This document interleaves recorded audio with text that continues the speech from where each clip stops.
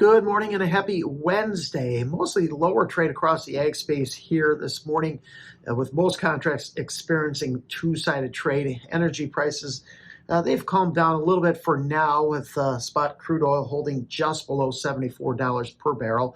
The Trump administration is working to reopen passage through the Straits of Hormuz, stating that the U.S. would provide risk insurance for all maritime trade, while also offering the support of the U.S. Navy to guarantee safe passage.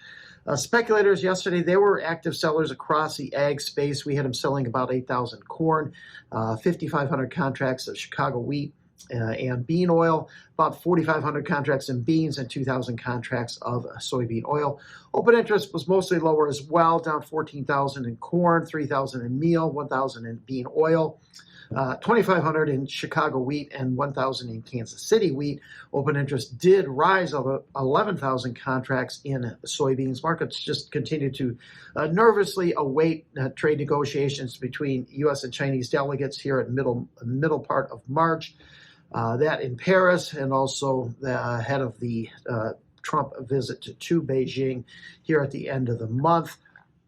Weather-wise, dry across nearly all of Brazil the past 24 hours. That's not expected to last, as frequent rain is expected to spread over the country here, favoring the northern areas over the next week to 10 days. The last 10 to 20% of soybean harvest in Mato Grosso will likely be slowed and drawn out.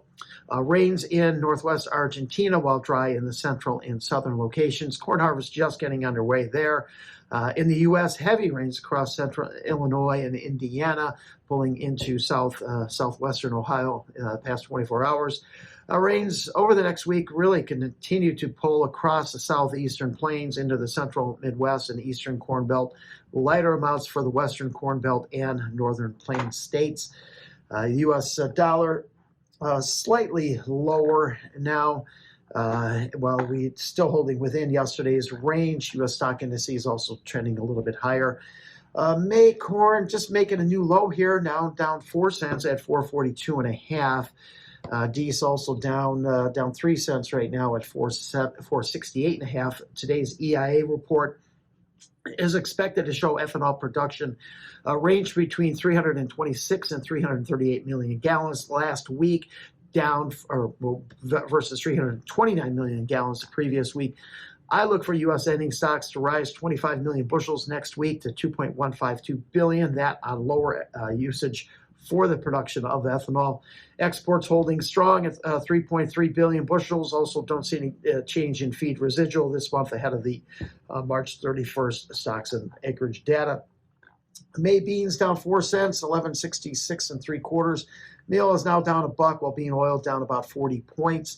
I find it highly unlikely China to buy any more U.S. Soybeans versus in the current pricing scenario. U.S. offers are still 80 to $1.30 above Brazilian offers into the summer months. I look for a modest cut in ending stocks at 340 million bushels due to higher crush. No big changes in South America production. For wheat, we are currently down 4 to 8 cents, with Chicago leading the way down.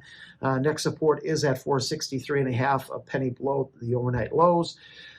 Week 2, the outlook does show much cooler temperatures across much of the central Midwest.